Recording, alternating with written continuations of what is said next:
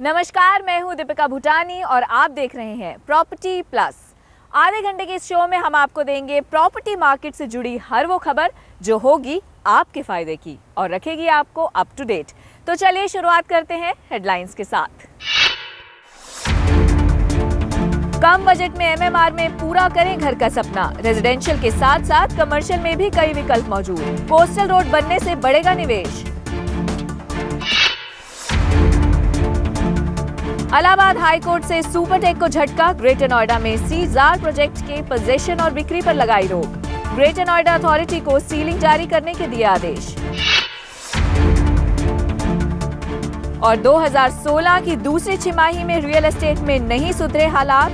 8 बड़े शहरों में लॉन्चेस और बिक्री में आई गिरावट। 2017 में सुधर सकते हैं हालात। पिछले हफ्ते हमने आपको नवी मुंबई के बारे में बताया। इस हफ्ते हम आपको बताएंगे कि कैसे महानगरी मुंबई की डेवलपमेंट हुई, कैसे यहाँ के इलाके विकसित हुए और कैसे यहाँ पर घरों की मांग में बढ़ोतरी देखने को मिली। तो चलिए आइए चलते हैं हमारे संवाददाता रामेश नकवी के पास और उन्हीं से जानते हैं मुंबई के डेवलपमेंट के क्या पहलू हैं।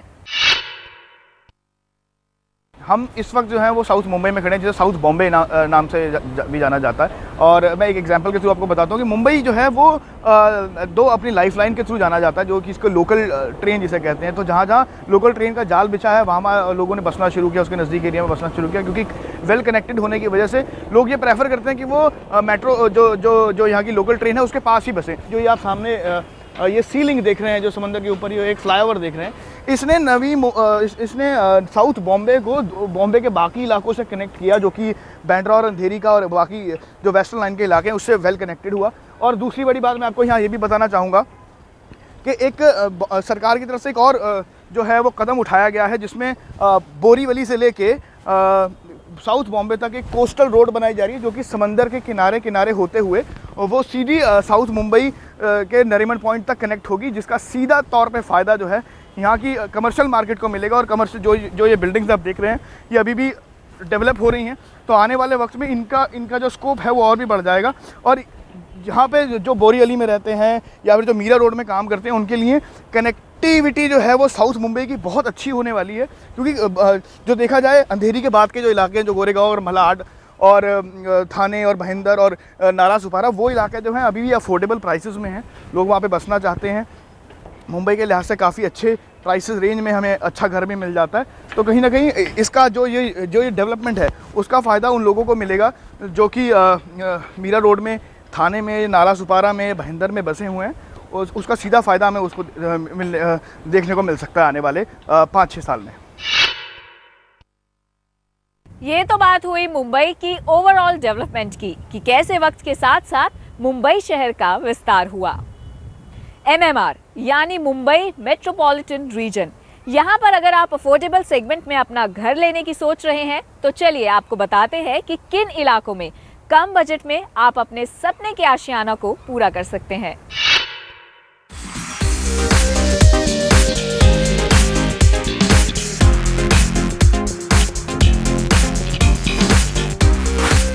ये ऊंची ऊंची इमारतें मुंबई की शान इसलिए हैं क्योंकि यहाँ रोजगार की अपार संभावनाएं हैं और शायद यही वजह है कि दूसरे शहरों के मुकाबले मुंबई में रेजिडेंशियल सेक्टर की मांग बनी रहती है। कहते हैं कि मुंबई में अगर घर बन जाए तो आधी से ज्यादा मुश्किलें हल हो जाती हैं। एक अनुमान के मुताबिक तकरीबन 10 से 20 हजार लोग रोजाना अपनी किस्मत आजमाने इस माया नगरी में आते हैं। महंगी होती जमीन ने मुंबई शहर के कई बाकी इलाकों को विकसित किया, जिनमें मीरा रोड और भाईंदर के कई इलाके शामिल हुए। ये है दहिसर टोल नाका और यहाँ से शुरू होता है मीरा रोड इलाका, जो कि मुंबई में काम करने वाले लोगों के घर का सपना पूरा करता है। मुंबई से पूरी तरह कनेक्टेड होने की वजह से यहाँ काफी तेजी से डेवलपमेंट हुई है। अगर हम मुंबई के बाहरी इलाकों में पिछले 1 साल की ग्रोथ की बात करें तो मीरा रोड ईस्ट इलाके में एवरेज रेट 6,000 रुपए पर स्क्वायर फीट से लेकर 7500 रुपए पर स्क्वायर फीट तक का है और पिछले साल से अब तक यहाँ 3% की ग्रोथ देखने को मिली है। वहीं बोईसर इलाके में 2700 रुपए पर स्क्वायर फीट तक के रेट से लेकर 3200 रुपए पर स्क्वायर फीट तक के रेट्स हैं और पिछले साल यहाँ पर 2% की बढ़ोतरी दर्ज की गई है। विरार इलाके की बात की जाए तो यहाँ पर एवरेज रेट 4400 रुपए पर स्क्वायर फीट से लेकर 4900 रुपए पर स्क्वायर फीट तक का है और पिछले साल से अब तक यहाँ पर 2% की सेल्स में बढ़ोतरी दर्ज की गई है। नाला सुपारा इलाके की बात की जाए तो यहाँ पर 4100 रुपए पर स्क्वायर फीट से लेकर 4500 रुपए पर स्क्वायर फीट तक के रेट्स हैं और इस इलाके में भी 1% की पिछले एक साल में बढ़ोतरी दर्ज की गई है। मीरा रोड, भाईंदर, विरार, वसई, जो जिस एरिया की आप बात कर रहे हैं, वेस्टर्न सबर्ब का ये एंड आता है मुंबई का। यहाँ पे डिमांड अफोर्डेबल हाउसिंग की है। जो लोग कांदीवली, बोरीवली और गोरेगांव बाकी सबर्ब में अपने को आउट प्राइस पाते हैं, जहाँ बजट कम से कम 1 करोड़ चाहिए इवन 1 BHK के लिए, उन लोग के लिए मीरा रोड एक अच्छा ऑप्शन बनता है। यहाँ पे उन्हें वही 2 BHK 60-70 लाख में मिल जाता है। बेशक इन इलाकों में ग्रोथ काफी तेजी से हुई है, लेकिन कीमतों के हिसाब से अभी भी रेट अफोर्डेबल हैं। अगर हम भाईंदर वेस्ट इलाके की बात करें तो यहाँ पर 2 और 3 BHK का रेट 7800 रुपए पर स्क्वायर फीट से लेकर 9000 रुपए पर स्क्वायर फीट तक का है। वहीं अगर हम भाईंदर ईस्ट इलाके की बात करते हैं तो यहाँ पर 2 और 3 BHK का रेट 6800 रुपए पर स्क्वायर फीट से लेकर 7700 रुपए पर स्क्वायर फीट में हमें मिल जाता है। मीरा रोड जहाँ तक मुंबई से मीरा रोड का ताल्लुक़ है, एक तरह का सौतेला व्यवहार मीरा रोड के साथ हमेशा रहा है, क्योंकि मुंबई और मीरा रोड को जो सेग्रीगेट करता है, जो अलग करता है, वो बीच में एक टोल नाका है। और इस टोल नाके के चलते लोगों ने, जिनके पास अफोर्डेबिलिटी है, पूरी कोशिश की कि टोल नाके के इस पार रहें, उस पार ना जाएं, और इस वजह से मीरा रोड ओवरऑल एक काफ़ी इम्पेक्टेड रहा है। और यहाँ की रियल एस्टेट प्राइजेस पर भी उसके असरात काफ़ी हद तक हमेशा दिखाई देते रहे हैं। मुंबई के बाहरी इलाकों में डेवलपमेंट होने की एक बड़ी वजह मुंबई में चौल बिकने की रही, क्योंकि ज्यादातर लोगों ने चौल को बेचकर बाहरी इलाकों में निवेश किया। इन इलाकों में ज्यादातर मांग 1 और 2 BHK की रहती है। बढ़ रही मांग और अफोर्डेबल रेट्स के चलते यहाँ आने वाले समय में मांग बढ़ने की उम्मीद है। रामेश नकवी, जी मीडिया, मुंबई। जहां एक तरफ मुंबई के बाहरी इलाकों में रेजिडेंशियल सेगमेंट में डेवलपमेंट देखी गई, वहीं यहां पर कमर्शियल मार्केट की डिमांड ने इन इलाकों को बढ़ाने में काफी मदद की। IT सेक्टर्स या MNCs भले ही अभी यहां ना आई हो, लेकिन ये उम्मीद जताई जा रही है कि आने वाले समय में SEZ इन इलाकों को अपना हब बनाएंगी। तो चलिए आइए आपको बताते हैं इन इलाकों में कमर्शियल मार्केट में क्या ऑप्शंस मौजूद हैं।